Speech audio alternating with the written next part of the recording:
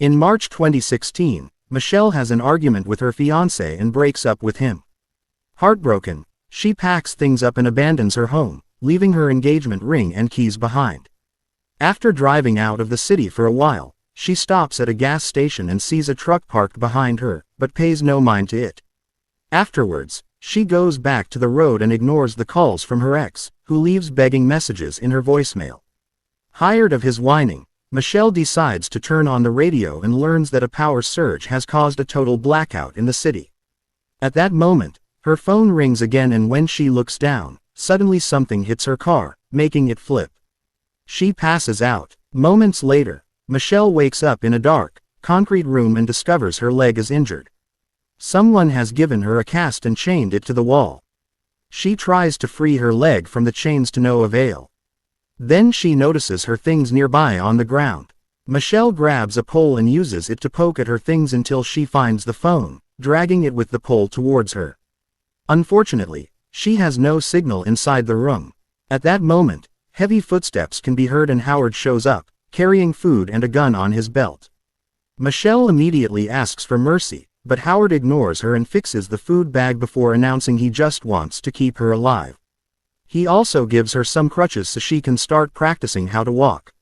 Still terrified, Michelle swears that her fiancé will call the cops, but Howard says no one is looking for her and gives her the chain key before leaving. Michelle immediately freezes herself and tries to open the door, but unfortunately, it's locked. Refusing to give up, Michelle uses the key to file one of the crutches to transform it into a stake. Then she waits by the door. Howard doesn't return and eventually, Michelle gets tired of waiting, so she makes a plan. She lights her shirt on fire and throws it into the vent, which triggers the fire alarm and forces Howard to come back. As soon as he opens the door, Michelle tries to ambush him, but Howard quickly grabs her and injects her with a sedative. Sometime later, Michelle wakes up and finds Howard with more food for her. He says she should be thankful that he found her, and when Michelle asks for freedom, Howard tells her there's nowhere else to go. He explains that something dangerous has attacked the area, probably a nuclear attack, so they're safe down there in his bunker. According to him, the air is contaminated and it'll only be safe to come out in a few years, but Michelle is hesitant to believe him. She wants to call her family. Yet, Howard assures her everyone outside is dead. At that moment, a noise coming from the bunker can be heard and Howard rushes out of the room to take care of it, leaving her locked up again. A few hours later, Michelle wakes up when she hears a noise from above. It sounds like a car passing by. She also discovers the door finally open, so she immediately leaves the room. She finds tons of shelves with supplies and sitting nearby is Emmett, who has various injuries, including a broken arm. Michelle tries to ask him to team up to escape, but Emmett also believes the air outside is contaminated. At that moment, Howard finds them and informs Michelle that the noise she heard had been Emmett dropping things. Then he gives Michelle a tour of the bunker. He was well prepared for this. The bunker is fully decorated to make it look homey, with lots of entertainment to keep themselves busy and enough supplies to last years. There's only one bathroom and his bedroom though, and Howard tells Michelle to take a shower with the door closed because he doesn't trust her yet. At least the shower has a curtain that keeps Michelle covered. Later, the power fluctuates and Michelle says it could have been a car passing by, still remembering the noise from before. However, Howard insists there aren't any people outside and shows her a silent radio, which isn't picking up any signals from outside as proof. Nobody is around. He also mentions someone named Megan in passing, not explaining anything other than she isn't with them anymore. Tired of Michelle doubting him, Howard takes her to the set of doors at the entrance and lets her look through the window.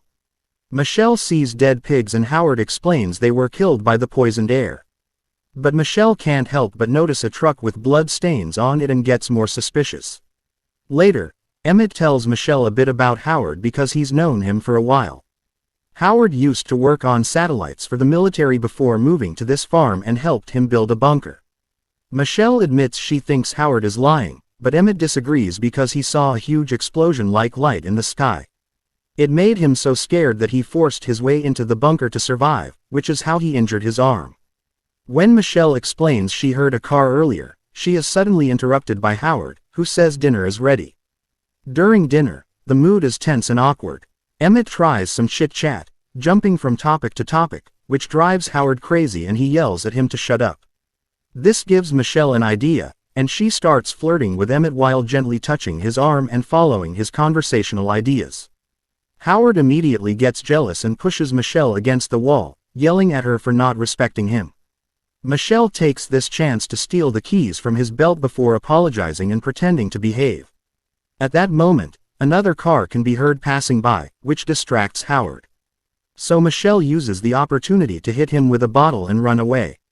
She makes it to the entrance and manages to unlock the first door because she saw Howard do it earlier, but she's struggling with the second one. Outside, a car stops near the farm and as soon as Michelle sees it, she starts yelling for help. A woman comes out of the car and runs toward the bunker door, begging to be allowed inside and saying she didn't touch it. Michelle is horrified to see the injuries on the woman's face, proving Howard's story. Finally giving up, Michelle goes back inside. Afterwards, Howard confesses that he was the one who crashed Michelle's car, but it had been an accident. When the attack happened, he panicked and drove to faster reach his bunker, causing the crash. Howard shares some of Megan's old clothes with Michelle and while she stitches the cut from the bottle attack, he finally opens up. Megan was his daughter, but his ex-wife took her away to Chicago and he hasn't seen her in a while. The conversation ends with Howard showing Michelle a picture of Megan, and from then on, the trio starts to live in harmony and gets used to the new routine in the bunker. They cook together, play games, and share stories about their lives. Michelle doodles on magazines and reveals she used to be a fashion designer, which she misses. One day, the bunker starts shaking and the lights flicker as a loud noise indicates helicopters are passing by. Howard thinks it's the enemy searching the area for any survivors, claiming that his experience in the Navy can tell those weren't American choppers. Suddenly, an alarm goes off because the bunker's air filtration system has gotten blocked. Michelle is sent into the vents to restart the system. The space is narrow, so she struggles a bit, but eventually, she makes it to the mechanical room and follows Howard's instructions to make the filtration system work again. At that moment, Michelle notices a ladder that leads to a window. Hatch, so she climbs up and is shocked to find the word, "Help," scratched on the window with a bloodstain.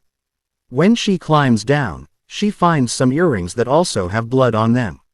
Later, when they're alone, Michelle shows Emmett the earrings together with Megan's photo because they match. However, Emmett says that's actually Brittany, a girl who went to high school with his sister and disappeared 2 years ago. As Michelle tells him about the word, "Help," scratched from the inside, another photo falls from Howard's book showing him and Brittany together. To their shock, Brittany's shirt is the one Michelle is currently wearing, which means Howard killed her. Emmett and Michelle discuss how to proceed when they're interrupted by Howard, who tells Michelle to take a shower because of the possible contamination. In the bathroom, she sees the shower curtain and realizes she can build a hazmat suit with it. Soon she and Emmett make a plan.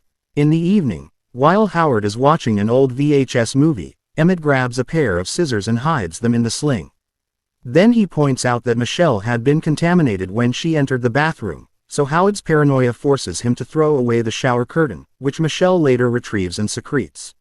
For the following few days, Michelle starts working on the suit in her room using random objects she takes from around the bunker like plastic bottles for the mask. Whenever she hears Howard walking by, she hides all the things under her mattress. One day, Howard makes Michelle and Emmett take out a barrel from a cabinet and explains there's a very dangerous acid inside. He also reveals he found the tools Emmett had hidden and throws them into the acid. As he demands an explanation, hoping to save their plan, Emmett lies and says he took the tools to make a weapon because he wanted Michelle to respect him like she respects Howard. Emmett also apologizes and Howard accepts it, only to suddenly shoot Emmett in the head. Michelle steps back in horror as Howard comes closer and says he did it for her because if Emmett was making a weapon, he would have hurt her. Then Howard goes to a room while he gets rid of the body. Michelle deals with her grief while staring at him. When she's interrupted by Howard, who has washed and shaved, he leaves her some ice cream and says that from now on, they can be a happy family. After Howard leaves, Michelle finds Emmett's bus ticket to university in his wallet and decides she mustn't give up or Emmett would have died in vain. The rest of the day, Michelle continues to work on the suit. When she hears Howard coming, she rushes to hide everything but accidentally leaves the mask out. So she hides it in the vent. Howard comes in to tell her about dinner and a screw falls on him. He checks the vent but doesn't find the mask. He turns around to ask why the vent lid is loose and sees something peeking out from under the mattress. So he pushes Michelle away and finds the suit. Michelle uses the chance to run out of the room and close the door behind her. Next, Michelle goes to Howard's room to grab a chemical cooler, discovering Emmett's body and acid in the process. When Howard shows up and tries to stop her, she kicks the barrel of acid toward him and makes some fire as the acid starts dissolving the carpet and spreads. Michelle jumps through the door and leaves the room. The acid causes a fire to start and sets the alarm off. While Michelle retrieves the hazmat suit from her room, a half-burnt Howard tries to go after her again. Michelle brings down a shelf to knock him down and escape. Unfortunately, the fire is blocking the main door, meaning Michelle has to climb through the vent to reach the mechanical room. Howard hears her up there and starts stabbing the vent, but she dodges every attempt. Then Howard grabs her by the ankle, but Michelle kicks him until he lets go of her. When she finally makes it to the mechanical room, Michelle puts on the suit and uses tape to seal every seam. Then she climbs the ladder and uses the end on the padlock until she breaks it and opens the hatch to finally leave the bunker. Once outside, Michelle carefully looks around before running to Howard's truck. As she stumbles, she accidentally causes a tear in her suit, so she desperately seals it up with tape. At that moment, she hears a noise and looks up to discover some birds flying by, which means the air is clean. She removes the mask and takes a deep breath, glad to be safe. Then another noise rumbles through the sky and Michelle sees an aircraft in the distance. She also notices something moving in the shed, so she hides, thinking it's Howard. However, at that moment, the bunker blows up. The explosion alerts the aircraft, which starts flying toward the farm. As it gets closer, Michelle is shocked to notice it's an alien spaceship.